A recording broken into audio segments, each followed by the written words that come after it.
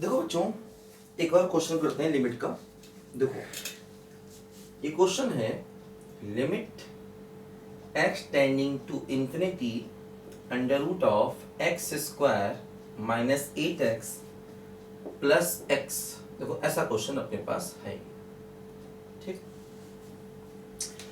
अब देखो ध्यान दो, जैसे क्या होता है आमतौर पर, मान लीजिए फॉर एग्जांपल हम कहते हैं x टेंडिंग टू इंफिनिटी है।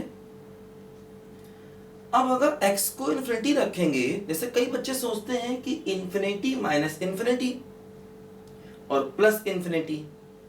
देखो ध्यान दो, जैसे ये इंफिनिटी माइनस इंफिनिटी है ये मान लिया, लेकिन अगर हम पूरे फंक्शन को देखें, जैसे मान लो अगर हम इसको देखें, x tending to infinity x square minus 8x, है ना, इसको अगर हम ध्यान से देखें तो हमें लगेगा कि ये इंफिनिटी माइनस इंफिनिटी फॉर्म है। लेकिन देखो ऐसा नहीं है। देखो ऐसा क्यों नहीं है? अगर हम इस फंक्शन का एक रफ ग्राफ बनाएं, अगर हम y बराबर एक्स स्क्वायर माइनस 8x का देखो रफ ग्राफ बनाएं, तो इसका ग्राफ देखो कुछ इस प्रकार जाना चाहिए, ऐसे करके। तो इसका मतलब देखो ये हुआ कि अगर हम x को इंफिनिटी पर ले जाएंगे तो फंक्शन भी कहां जाएगा? इंफिनिटी पर जाएगा, है ना।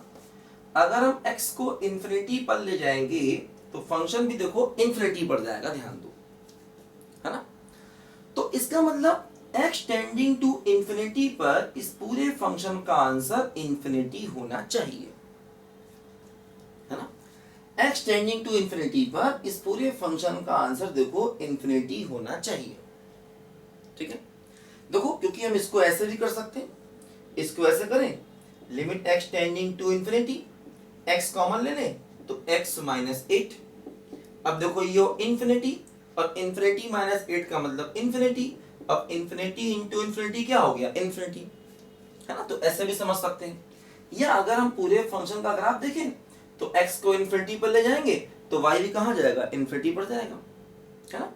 तो कुल मिलाकर के x को इंफिनिटी पर अगर हम ले जाएंगे तो देखो ये टर्म इंफिनिटी जाएगा।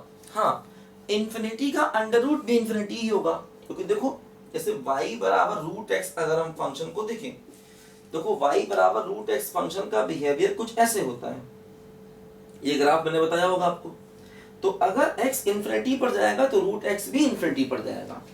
तो मतलब क्या हुआ? देखो ये हुआ इंफिनिटी और प्लस इंफिनिटी, फाइनली इंफिनिटी। तो देखो ये अनडिफाइंड फॉर्म है ही नहीं, और अनडिफाइंड फॉर्म नहीं है तो इसका आंसर इंफिनिटी सही है।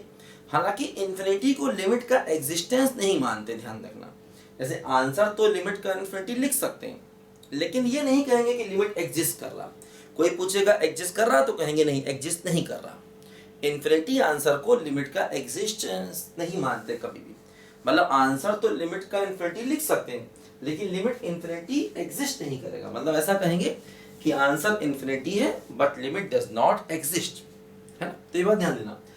तो मतलब अनडिफाइंड फॉर्म क्या है ये भी कई बार सोचना पड़ता है ना। देखो जैसे अगर हम इसको सिंपल देखें तो लग रहा है इंफिनिटी माइनस इंफिनिटी, लेकिन पूरा फंक्शन देखें तो लग रहा है कि हाँ फंक्शन इंफिनिटी पर जाएगा, ये कंफर्म है।